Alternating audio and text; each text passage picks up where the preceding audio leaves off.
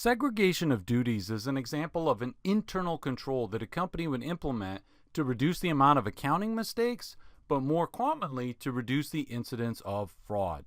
And so all segregation of duties is saying is this: no employee at the company should have two or more of the following duties. Okay, so let's go through these in turn. We've got custody of assets. So if we take cash, for example, cash is an asset. We're talking about physically handling the cash. How would that happen? Well, let's say the employee opens the mail. They might receive physical cash, they might receive a check from a customer, and so forth. So another duty is the authorization of transactions. That has to do with approval of certain transactions. For example, maybe it requires a manager's approval for a return of merchandise that has a value more than $500. Okay, so if we're talking about approval of customer returns, that would be an example of authorization of transaction duty. Recording of transactions has to do with the record keeping aspect of who is actually making the journal entry, or if we're talking about cash again, who is the one that when we receive a check in the mail actually records in our accounting system that, okay, customer A has paid their bill. We just received $10,000 from them. And then the final duty is reconciling existing assets to recorded amounts. So periodically going and say, okay, let me count the assets and see if that matches what we have on the books. So we do not want any employee at the company to be able to do more than one of these at the same time. So for example, let me show you what could happen if you didn't have segregation of duties. Let's say that you have an employee named Susie.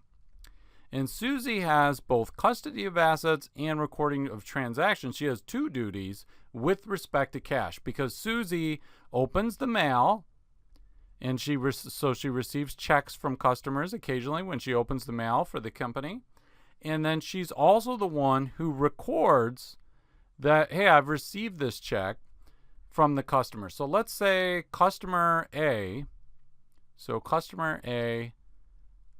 a check of $20,000 to the company. And Susie is the one who opens the mail, so she receives the check for $20,000. And let's say that Susie doesn't have the best ethics, so Susie takes the $20,000 for herself. She takes that check and she's able to get it cashed and she keeps the $20,000.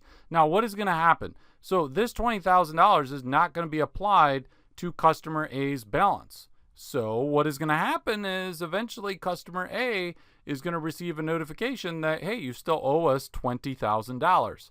What is customer A going to do? They're going to call the company and say, hey, I sent the check. Here's the check number. And Susie's going to be in trouble. So Susie is going to be aware of this. And Susie is going to say, okay, well, in a little bit, maybe the very next week, we have where customer B sends a check. Customer B sends a check, and let's just say it's $20,000. It could be more than that. It could be, but to make it simple, let's just say it's $20,000 as well. So this customer sends a check for $20,000. So what Susie does is says, okay, well, I'm also the one who records in the transactions in the account. So I'm going to take this $20,000 I just got from customer B, and I'm going to apply it to customer A's account to show that customer A paid $20,000 so that customer A doesn't call up angry and say, hey, I already paid $20,000. So this $20,000 here went to Susie, but then the $20,000 of customer B, Susie applies that amount toward customer A's balance. So it looks like in the accounting record keeping system that customer A has paid the $20,000. So customer A is not going to call and complain.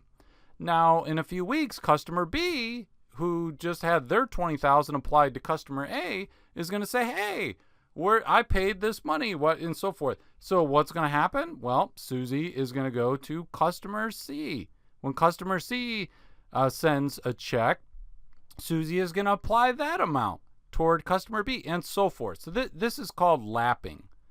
So this is a fraud scheme where Susie's going to continually, she's going to steal money from the first customer, And so to basically steal the cash, because she has custody of the asset, she's going to steal a check and deposit it for herself. And then she's going to manipulate the accounting records when this customer, so that this customer doesn't say, hey, I paid my bill. She's going to take the new checks that she gets from future customers and apply it to the previous customer. And she has to keep doing this and doing this. That's why it's called a lapping scheme. Now, if we have segregation of duties where Susie she opens the mail and receives the cash and checks, but somebody else is in charge of the record keeping. Somebody else is the one who actually goes and records that, okay, this customer A, they paid their $20,000 and so forth. If these duties have been separated, then Susie will not be able to perpetuate this scheme. Okay, then basically what she would have to do is to carry out this scheme, she would have to find the person who is in charge of recording the transaction. So if Susie opens the mail and there's someone else recording the transactions, then Susie would have to find that person and they would have to collude.